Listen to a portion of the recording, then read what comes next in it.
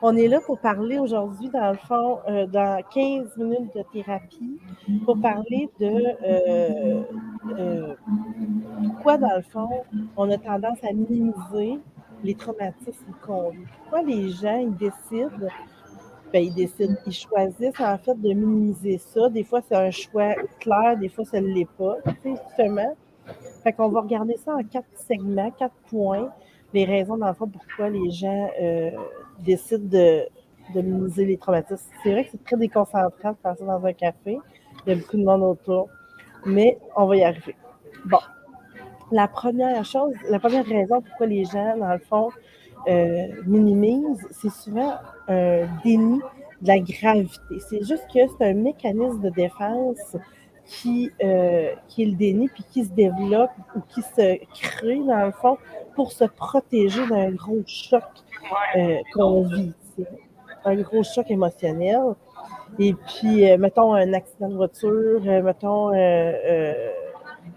tu sais, là, on a tout le temps tendance à. Ben, on n'a pas tout le temps tendance, mais les gens qui sont dans le déni comme ça ont tendance à dire, tu sais, ça aurait pu être plus grave. T'es où, elle? J'ai juste changé de place pour éviter la machine à café qui grind du café avec une machine au gaz, je pense. Ah, ouais, c'est Puis, bon. Tu peux peser sur mieux, t'as l'air, peut-être, tu sais. ouais, c'est une bonne idée. Fait que c'est ça, dans le fond, tu sais, le déni, dans le fond, c'est un mécanisme de défense qui va servir à éviter la douleur qui est intense. C'est clair comme ça parce que ton système cherche à se protéger, tu sais, puis le déni comme mécanisme de défense, il sert à ça, tu sais, à réduire un peu la souffrance que tu vis.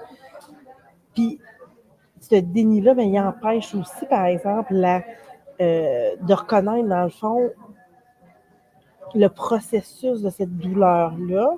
Puis il empêche aussi le rétablissement, là, d'aller mieux. C'est quand tu prends connaissance de quelque chose, après ça, c'est plus facile de travailler là-dessus, puis de te sentir mieux par rapport à cette situation-là. Mais quand tu es dans le déni, ben, ce que ça fait, c'est que tu peux pas reconnaître, puis tu peux pas aller avancer avec ça.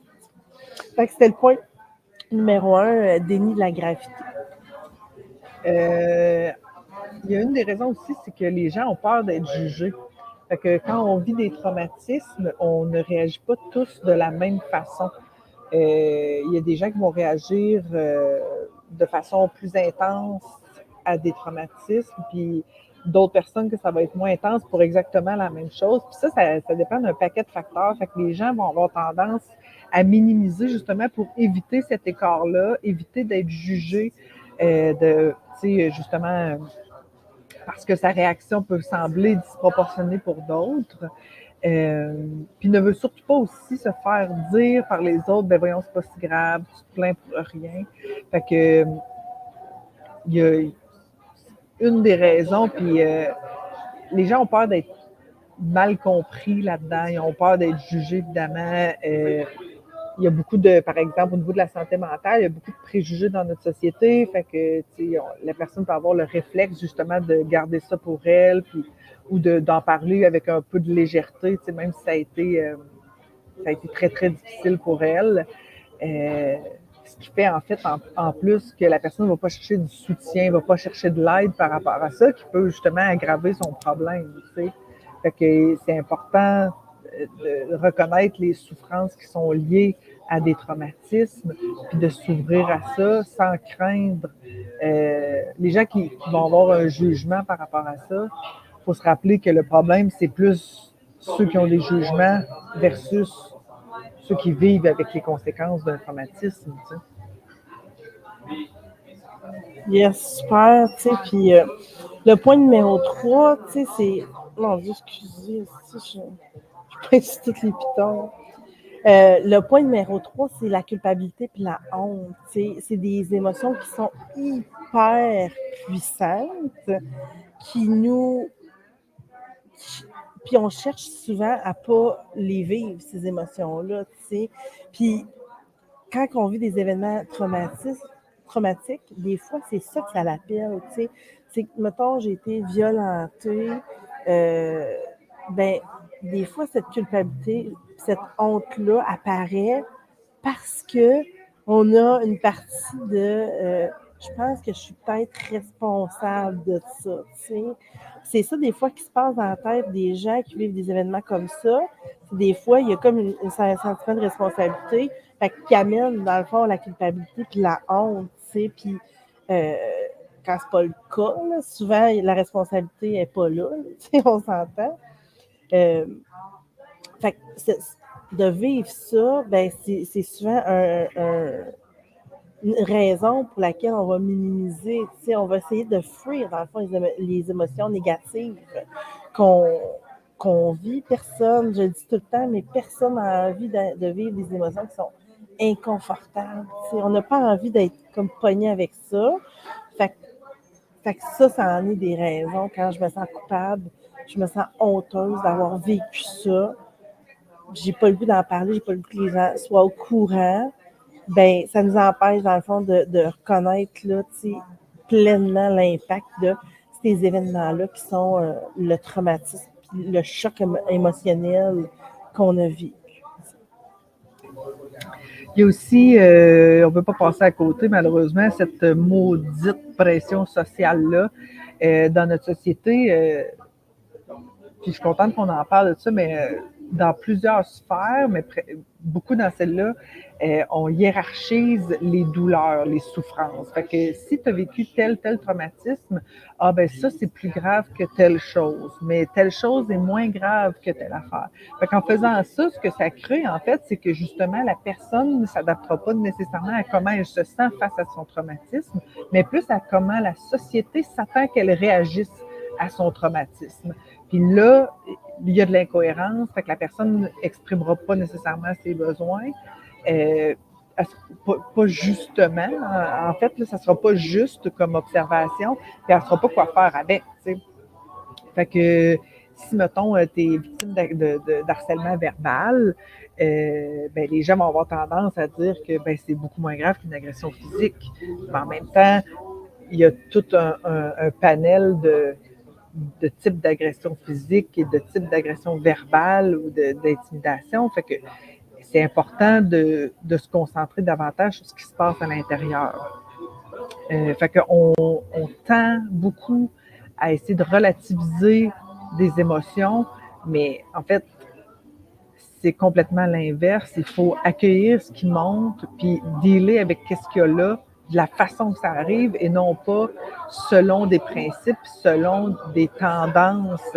Parce que ça se voit aussi, ça, cette hiérarchie-là.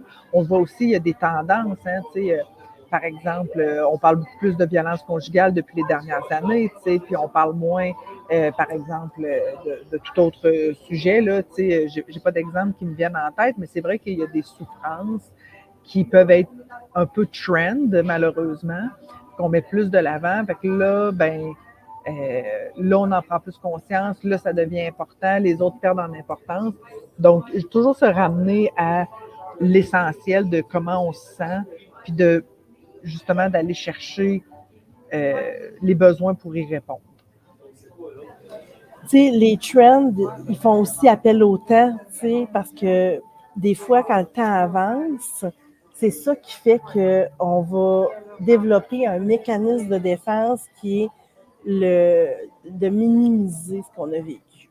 Si, par exemple, j'ai vécu de la violence quand j'étais jeune, puis je vais plus vieux dans le temps, tu sais, je vais choisir de minimiser ça parce que ça va être moins souffrant. Je vais y accorder moins d'importance. Tu sais, c'est pas si grave que ça dans le fond ce que j'ai vécu. C'est pas, je m'en suis bien sortie finalement. Tu sais, c'était pas si pire que ça. On va diminuer, minimiser ça, ce qu'on a vécu, pour adoucir encore une fois comment on le vit, ça, tu sais, puis comment on vit nos souvenirs aussi à l'intérieur de nous, tu sais. Fait que des fois, c'est de façon inconsciente, puis des fois, quand tu commences à en prendre conscience, ben là, c'est là que ça refait surface, puis c'est là que c'est plus si c'est minime que ça, là, ce que je vis, tu sais. Fait que le temps, ça fait que ça développe, tu peux développer dans le fond un mécanisme qui est de minimiser là, ce que tu as vécu pour essayer d'éviter de réouvrir des anciennes blessures. C'est un autre point, c'est le cinquième, c'est l'effet du temps dans le fond. Ouais. Ben, puis tout ça, en fait, ça soulève l'importance de s'arrêter, de voir, est-ce que, premièrement, je les minimise, mes blessures? Est-ce que je les minimise, mes traumatismes? On parle de traumatisme, ça peut être des blessures, des événements, là, tout dépendant comment vous... Des chocs émotionnels, dans le fond. Ouais, tout dépendant comment vous l'interprétez. Mais est-ce que je le minimise? Est-ce que j'ai tendance à dire, oui, mais les gens vivent pire? Ouais, mais... Fait que juste de se questionner à savoir, est-ce que je les minimise? Et si oui, pourquoi? Fait que dans les points qu'on vient d'apporter, vous êtes capable de vous situer un petit peu. Puis ça, c'est tout un travail d'introspection là, qui est super intéressant parce qu'on est construit beaucoup de plein de ces points-là. On est influencé énormément par l'externe sans s'en rendre compte. Fait que de mettre ça, d'amener ça de l'inconscient au conscient, ça peut faire déjà une bonne différence dans le processus de rétablissement.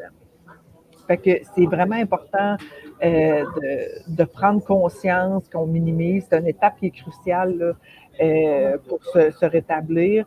Puis après ça, ben, il faut les valider, les expériences qu'on a vécues. Faut en prendre conscience, puis de se donner de la crédibilité, donner de la crédibilité à notre corps aussi qui a réagi de cette façon-là parce que selon lui, c'était la meilleure façon de réagir pour le moment. Minimiser ce que tu as vécu va toujours t'empêcher d'aller mieux. Sur du court terme, par exemple, ça peut donner l'impression que ça va mieux parce que tu gères, mais à long terme, c'est de l'autodestruction. Ça finit toujours par te rattraper, tu sais. Oui, exact. T'as raison.